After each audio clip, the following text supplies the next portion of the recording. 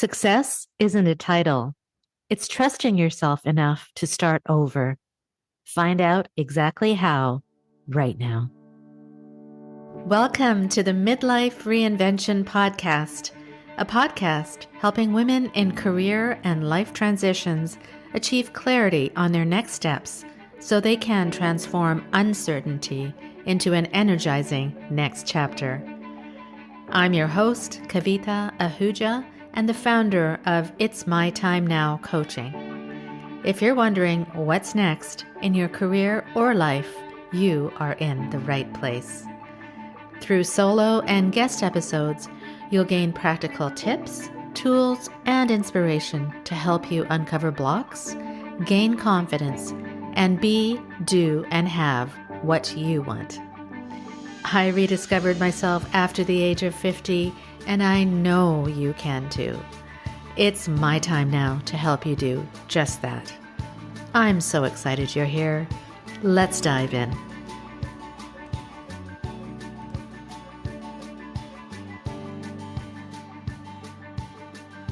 Are you questioning what's next in your career or wondering if it's too late to start something completely different?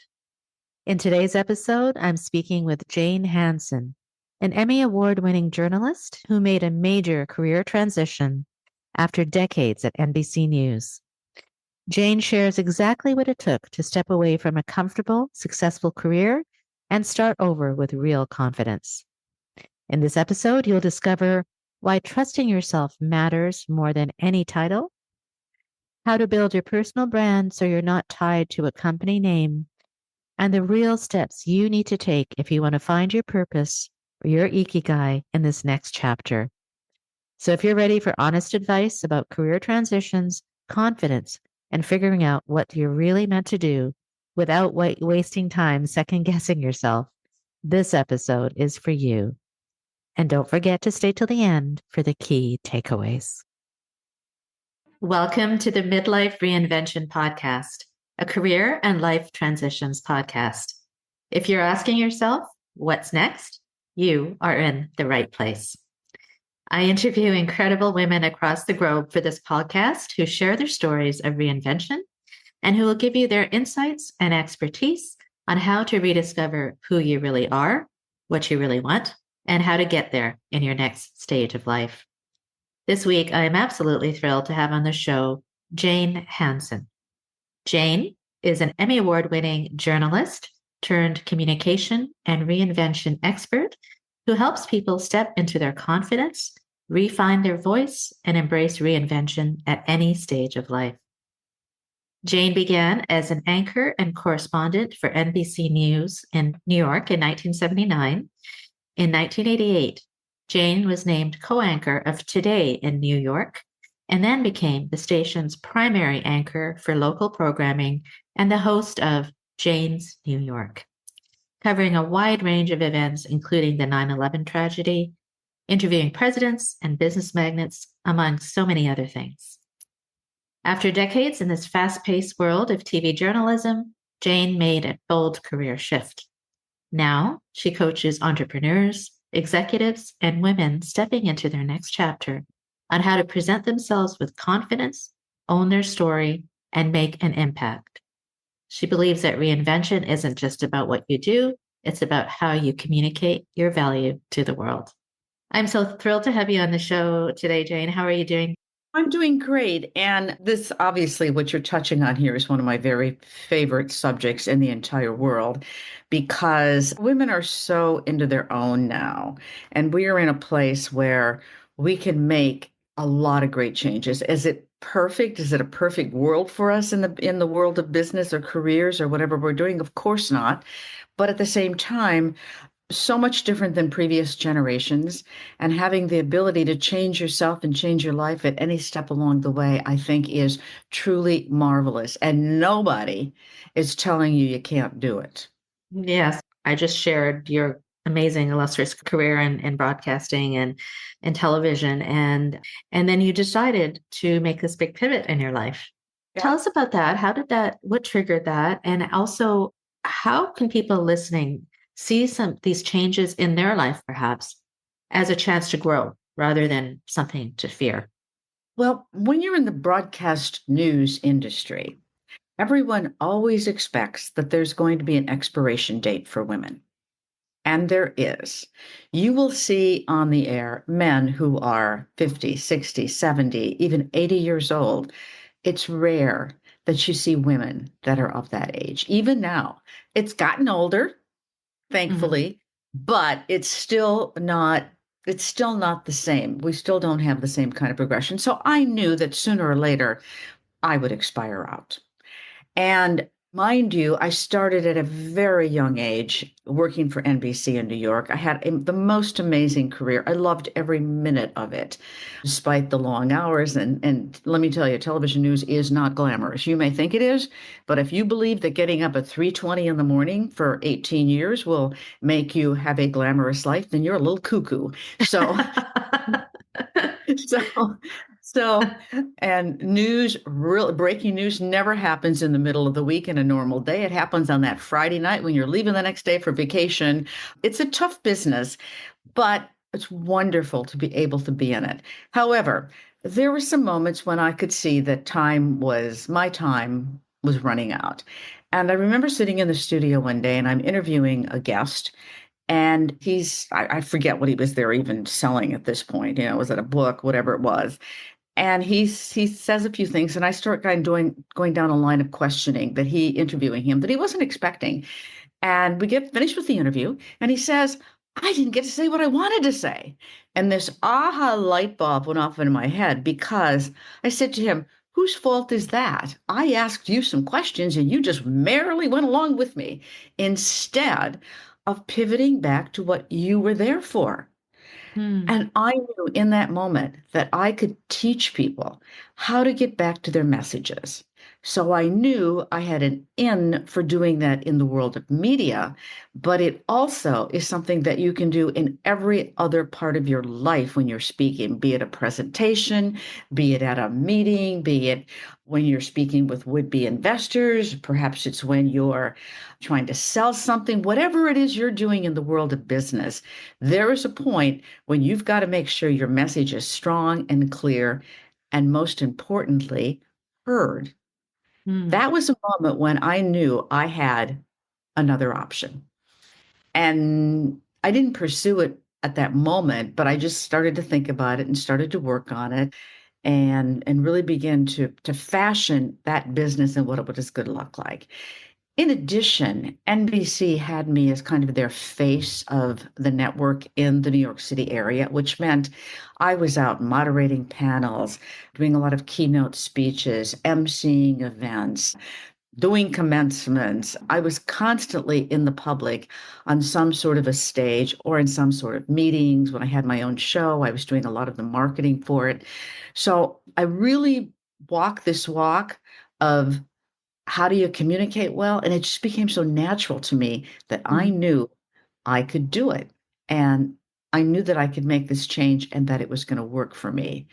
And for once, I wouldn't have to get up early I most of love, the I time. love that. I love that. Thank you for sharing. I think what I got there from what you said is that when you, that one moment where you said you realized that you had this gift or this inside your, yourself, you knew how to firstly have your message heard and be clear and heard, and that there's, you knew how to communicate that. And that realization, I think as you dwelled on it, then you realize that I can give this gift to other people. And I think that's a really important message for anyone listening, is that if you feel that there's something inside of you, that you have a gift that maybe hasn't been fully tapped or fully explored, you need to go for it.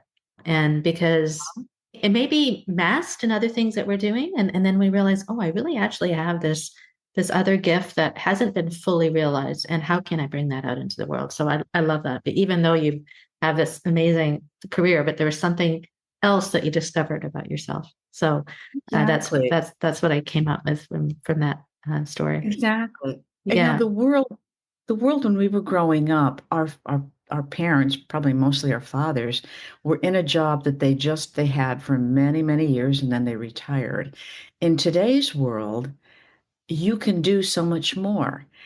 And you can dare to take that risk. And I think that's where a lot of it falls down is we become afraid to leap. Mm-hmm. And so I am in the process of writing a book about this very notion of how do you make that big jump? How do Mm-hmm. you do it? How do you dare? And I've talked to a lot of people about it because it's not just about women, it's about men as well. But what I see as the common thread is people really taking a deep look into what is their value. What do they really treasure? What really brings their passion out? Now, I was passionate about my reporting and about my storytelling, and I loved it. But I also knew that there were other things that I wanted to be able to impact other people. And I had to really kind of think about, do I really dare do that? Mm-hmm. And how will I accomplish that? And that's what I hear from other people too. And the other part of this that I think becomes really important is we become so identified with our work Mm-hmm. that the company that we work for becomes our brand instead of understanding that we have our own brand. Mm-hmm. And so we can't let that ID be who we are. We have to separate from it. I think that was the hardest part for me was to no longer identify myself as Jane Hanson, NBC News. It Mm-hmm. became just me. And so at first, without having that big corporation behind me and that big title and what it all implies, at first that was really hard. But then the more I got used to it, I was actually sorry that I hadn't kind of separated my brand from the company brand at the very moment that I began. And Mm-hmm. so I tell people, even as they're starting their career, keep your own brand, develop your own brand so that when you have these life changes in your career, that it's an easier move because you understand who you are. Mm-hmm. Yeah, that's so important. It's so funny that you're talking about this because I just recorded a podcast on this particular thing. And that when I left my corporate work, because it was so comfortable, it was like, that's what I did. That's who I was.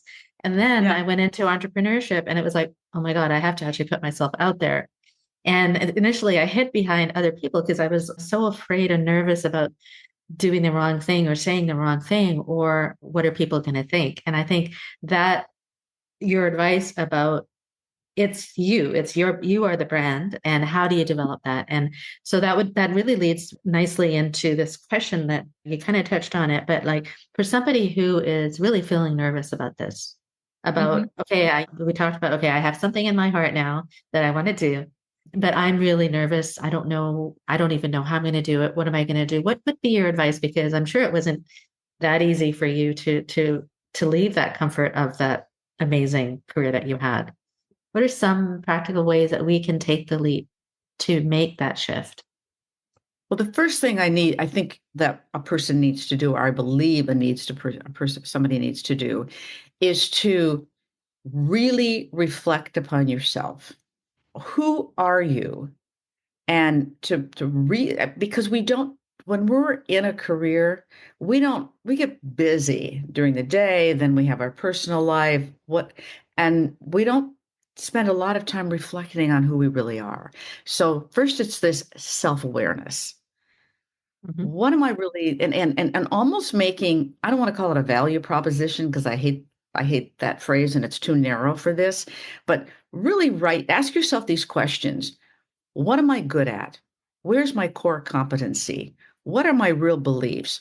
Where's my integrity lie? What just all those key questions that will help you understand what you can do well. Like for example, I tend to be somebody that loves technology and technical, how to do things. And I teach myself, right? So Hmm. I didn't feel like I needed in this world, this technological world, I didn't feel like I needed a lot of help with that. Of course, I needed somebody to do a website and somebody to help me with a few things, but I could figure out a lot of it on my own. So I didn't need to have, when starting a company, an IT person necessarily. I could just bring somebody in for those key moments. I also knew I needed help in getting the story of who I am out there. I thought, now, does that mean I need a publicist or a PR person? Then I thought, no, I'm going to get a social media person. So I got somebody to help me with that, to help create, because they're tough to do every day unless Hmm. on your own when you're so busy trying to do everything else. And then and I'm also quite organized. But if you're disorganized, hire somebody to help you get organized. Yes. So, I mean, it's so really figuring out, and I'm not talking about huge expenditures of money. I'm talking about ways that will help you become efficient because Hmm. efficiency becomes super important when you're creating your own company. You Hmm. have to have time to get your message out there. You also have to have time to develop whatever the product is. If it's intellectual product, if it's like my coaching, if it's a product, are you making something? Whatever it is, you have to have time to create it. Yes. And so if you're creating and you're selling and you're marketing and you're blah blah blah blah blah, you're doing all of that, you've got to figure out which of these things am I really good at and where do I need help. Yes. So think about that. But also you have to create, what is it that I really want to do? Hmm. And once you get that clear in your head, everything else kind of falls into place. Yes. You are speaking my language because that is how exactly when I have people coming to me saying, "What's next? What do I need? What do I do next? How do I do this?" The process I take through is determining. You've heard the term ikigai, right? Which is what are your the overlap of what are your strengths? What are you really, really good at? What are you really, really passionate about? The second item, not maybe think about what you were when you were a kid. Like, what were you really passionate about that maybe you want to bring out today? The third Hmm. is, what do you value now? The values change over time. Hmm. And what is the sweet spot? What does the world need? So that's the sweet spot of that. So I think what you said about self-awareness, going through that process of really asking yourself, what do I really want now? And how can what I'm doing next fulfill that? Right. So, right, that's exactly right what you said. And that, I think, I don't know if you agree, but that gives you the confidence to take the leap. It When you does. really know what you want or who you are, that really gives you the confidence to move forward. And also, I mean, a lot of people wait until they think the timing is perfect. The timing is never going to be perfect. Hmm. So just don't wait. If you are ready and you've completed in this in your head, I mean, I was talking to a woman yesterday about how she started a company and left a really, really great job, but she just had a different passion and it was about women and women's health. And so she said it took her 3 years to leave her job to actually create the company because she was so like, do I dare do it? Do I dare do it? Do I dare do Hmm. it? And then she kept asking people for, little bits of support. Now, I want to caution you about that Hmm. because if you talk to too many people, they could talk you out of it. Yes. And if you talk to too many people and tell them everything, they might say, I don't know if that's a good idea. Or aren't there enough of those in the world already? Or there can be naysayers that then they strip you of the confidence. So it's kind of a little bit of a narrow line about who do you talk to. So seek out experts if that will help to Mm-hmm. get you to the next step. Just seek out somebody to talk to that maybe they help you create your brand, or maybe they can help you with clarifying the language or how to communicate it. And actually I do a lot of that work with people they're saying, I'm starting this business. I want to make sure my message is clear. Help me make it clear. So Hmm. it's just I think you have to walk a narrow line between having too many alleged advisors who may not be good advisors at all, but having ones that are really solidly behind you.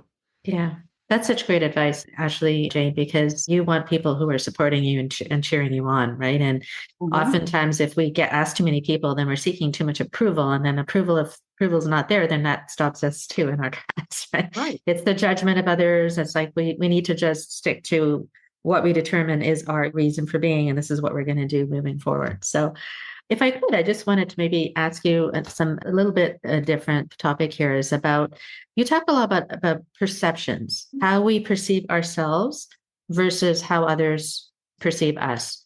So why does that matter? And how and why does our presence matter? Especially if we might be pursuing these new career transitions. Right. What do we do that we can be seen, heard, respected, and all of that? It's such a weird thing because we don't perceive ourselves the way others perceive us. There have been a ton of studies done about this, but one of them says particularly women perceive themselves to be 30% less than they are. Mm, So I like to do a little drill with people, and I say, go out and pick 5 people. One of them can be a sibling or a parent. One could be a good friend. One should be a peer. One might be, if you dare, a boss. And maybe somebody else is an acquaintance that you've just recently met. So you're getting a bunch of different viewpoints. And you ask them to give you a phrase or 3 kind of adjectives that describe you. And you will be shocked at what they say because you have this opinion of yourself, but what they're going to say to you most likely is much better than what you think of yourself. mhm, And it will give you joy and it will give you kind of a boost of confidence. Now, the other thing is to do a little of this mapping kind of thing in your head where you write down what you think you are, and then you fiddle around with the words and you move them around, and all of a sudden you go, well, I really do that well. I mean, it's this is all about confidence building. Now, why mhm, does perception matter? Because perception is, I mean, the truth is, it doesn't really truly matter about us. Because what we were just talking about earlier was seeking that outer validation, when the only validation that really matters is inner validation. So external validation is wonderful, but deep inside us, when we're trying to find our truth, when we're trying to find out what's our value, when we're trying to find out what can I really pivot to that's going to work, it has to be it has to be validated inside of us. It has to feel right if you're going to mhm. make this move. I mean, you sure must have felt that, right? Oh, of course. I love that. Yeah, this inner validation is so key. It's Yeah, so important because if we don't have that, then we can falter. Anything anybody says is going to just throw us off our track, right? exactly.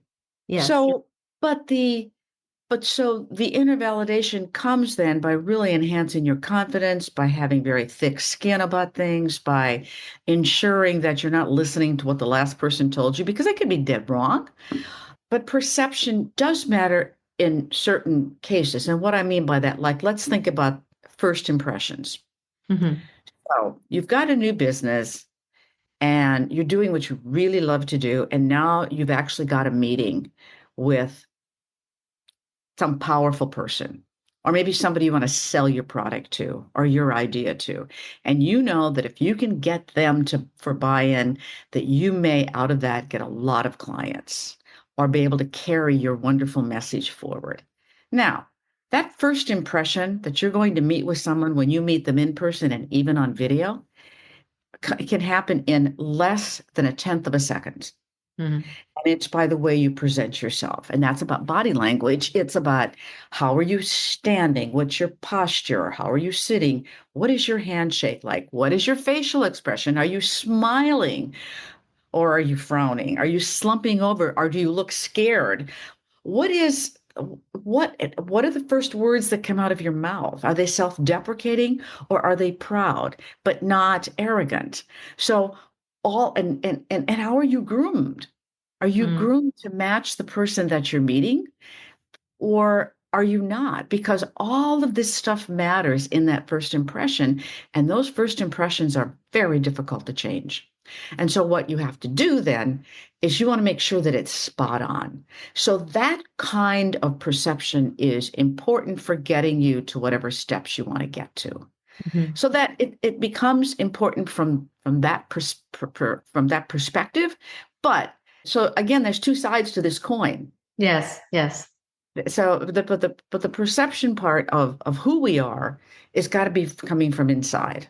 Yes, that's so true. And I really believe that I actually have like 28-day tips to build confidence. And a lot of them is what you just said is like posture, is just what you wear, bright colors, all of that, right? I think this message is important not only for women or people who are in the corporate world, but also for people who are pursuing their own thing, their own businesses or anywhere. And I think that the perception is, and it's only in the corporate world that you have to have that kind of corporate presence or whatever. But I Oh think yeah. it's again around your own personal brand.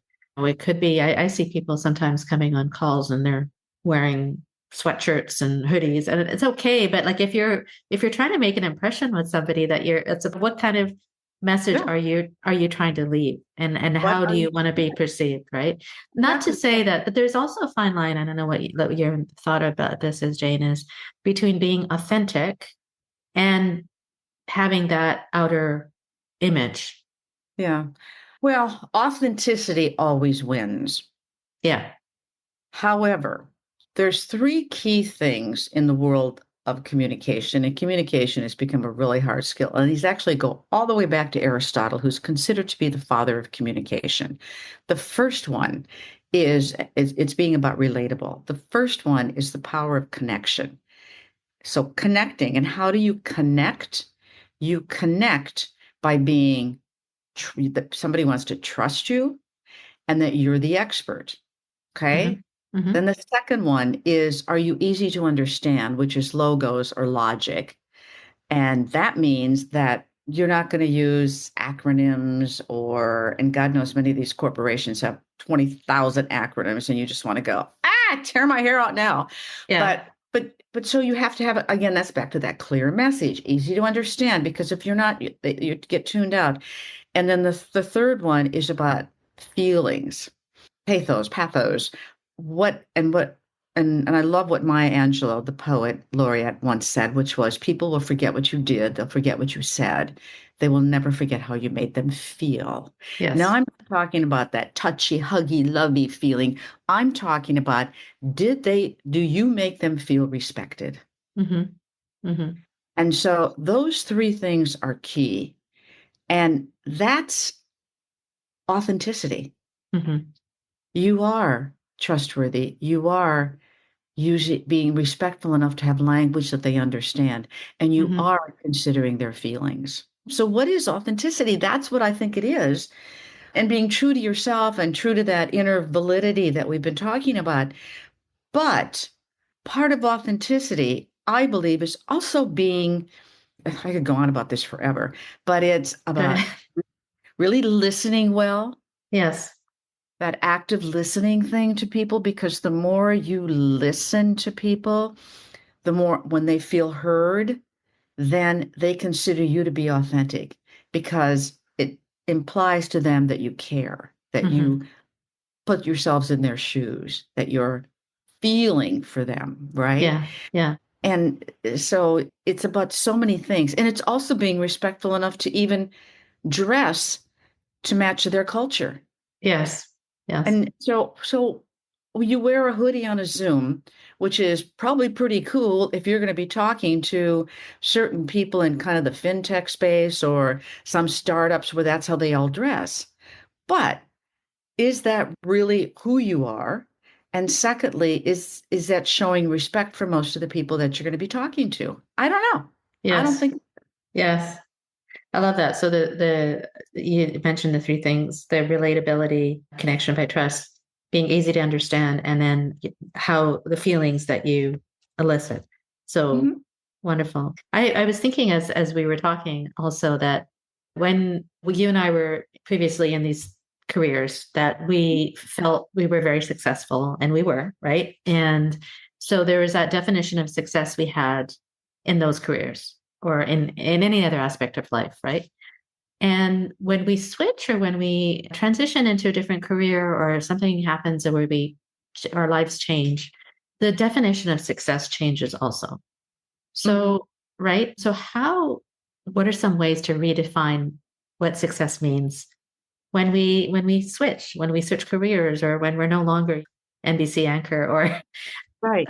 so. I That is such an interesting question because as you know, money plays a big role in this. Mhm, So, how much value do you put onto the money that you're making? And is that how you're going to judge how successful your new life, your new career, your new business, your new branding of yourself is? Is that what becomes the hallmark of success? I don't know. And because you, as you're starting out, you may have a point. If you've been really successful, you might have a point where you're not making very much money for a little while. And are you going to start saying, I'm not successful at this? mhm. You got to get over that. Right. You have to also get over, what does this really truly mean to me? Am I fulfilling my inner self? And every single person that I've talked to on this subject that has made a leap, every single one of them has said that the first year or two, they had moments where they said, oh, I miss that weekly paycheck, Mhm.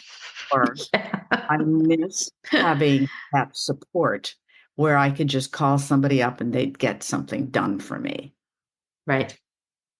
They miss that a lot. But then comes this notion of freedom. And what do I mean by freedom? Your schedule is your own, which is an enormous perk. Mhm, You can you can schedule in for yourself things that you want to do. Yeah, maybe you're working just as hard. And when it's your own business, you may work 12, 14, 16 hours a day because you're going to take that phone call from Hong Kong at midnight or whatever it is, because, mhm. and then just made that up, but let's just say if somebody's Right. not getting back, it says, I can get back to you at 8 o'clock tonight. You're like, I'm on it. Whereas Yes. when you're working in the company, you're like, are you kidding? Right, Forget right. it.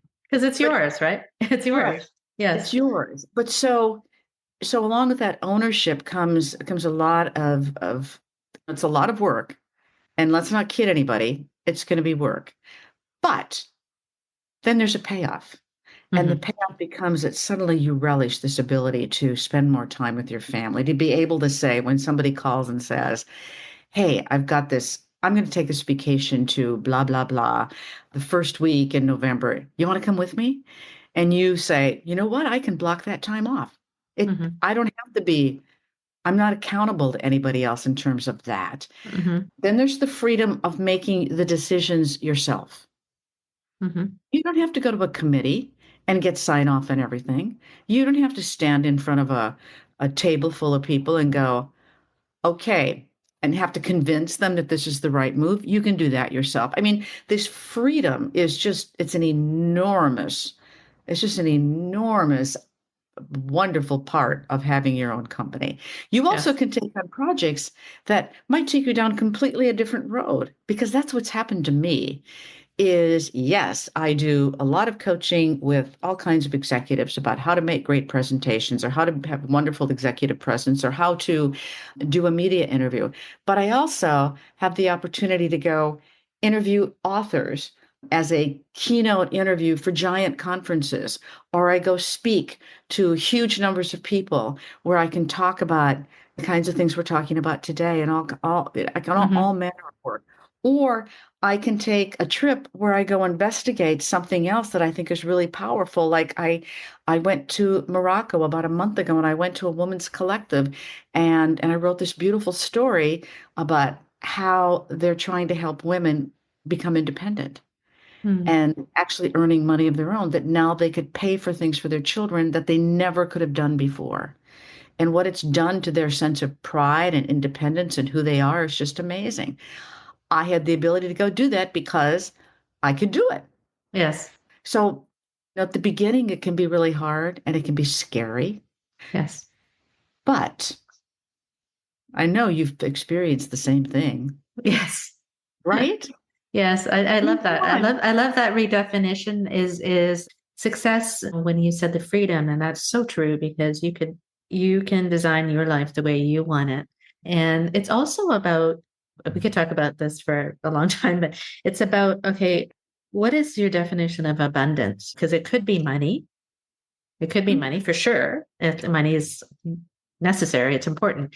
But also, what are these other things that bring abundance into your life? And that's being able to vacation, being able to spend time with your family, being able to look after yourself, self-care. Those things bring abundance and flow into your life. And when you have those things, there's no price you can put on it. That's success in my view, Agreed. Agreed. right? One of the thing that strikes me, and it's particularly about women, is I was so busy with my job, as a journalist and at NBC, and with my daughter and my family and my life. I didn't have time for friends. Mm, What I've discovered, because I've met so many other women now that are entrepreneurs that I can collaborate with, and we come up with ideas, and they say, "Hey, you want to go? I'm sponsoring this conference. You want to come and speak to it?" I'm like, "Yeah." Or, "I've got this idea for something. Can you help me with it? Can you help me brand it?" "Yeah, I can." mm. And but but you have these wonderful conversations in this sense of we're all in this together in a way that I never really had time for in a corporate job. Yeah. I think you're talking about attraction there and like the energy that when you exude this energy that you're so in flow with what you're doing, then other people are attracted to you and circumstances and things and people come to you that there's opportunities come your way. And I talk about that a lot is that positive energy that we gets created when you're following your why or when you really know who you are and what you want. That's so true because like you said, people are attracted to you, opportunities come to you, and you just say yes, right? Right. And you might not have been able to just say yes Yeah, exactly. in that Exactly. other job. So if you're going to put it under success, that whole thing of what is success, and you talked about Yes. abundance and freedom and time, you Hmm. manage your own time much better, etc. But I'd love to just put the thing about energy and the ability to just say yes. Yes. Yes. Wonderful. Well, I feel like we could talk for a long time. There's so many great nuggets that you've shared, and truly appreciate it. And just tell our audience what you've mentioned it a bit, but what are you doing now? What's next for you? I am a communications coach. I work with just about anybody. I work with, corporations, CEOs, C-suite executives. I work with authors. I work with celebrities. I work with sports people, et cetera, in helping them be able to hone their messages and become better communicators. I work with them whether they're going to be doing interviews, presentations, just have better meetings, town halls, whatever it is, making their message clear, etc. So that's super fun. I do a lot of conferences where I will do workshops or be on stage. So Wonderful. what I Wonderful. That's amazing. And yeah, just, I'm happy to well, help. that's so important because I think that really people need a lot of help with communication and how to present yourself and how to become confident and how to be your brand and define that. So that's really important. And so we'll have your links in the show notes, but it's so your website, Jane Hanson. It's Uh, janehanson.com, HANS. okay. Before we go, Jane, maybe just a last word or something that's in your heart about people, for people who are listening, who are thinking of taking that next step, the next leap based on your experience. What would you say to them? I would tell them to trust themselves, to believe that they've got it, they can do it, and it's it's all about just really reaching inside ourselves and saying, "I know my value, and I'm going to take that value and allow it to let my passion come true." Wonderful. That's beautiful. Thank you for sharing. I really Thank you. appreciate your time. Thanks so much. Today's conversation with Jane Hanson was a powerful reminder that career transitions aren't just about changing what you do, they're about rediscovering who you are. We talked about why building confidence starts with knowing your true value, why personal branding matters more than any title, and how understanding your ikigai, that intersection of your strengths, passions, and values, can completely change the way you move forward. If you're feeling stuck or questioning what's next for you, remember you don't have to figure it out alone. If you're ready to find clarity, confidence, and your next direction, reach out to me at kavita@itsmytimenowcoaching.com, and I'd love to help you determine your ikigai and take your next steps with purpose. You can also start by taking my career and life fulfillment quiz, which will give you a score on how fulfilled you really are right now and what you can do about it. Thank you for listening, my friend, and remember, your next chapter is yours to create.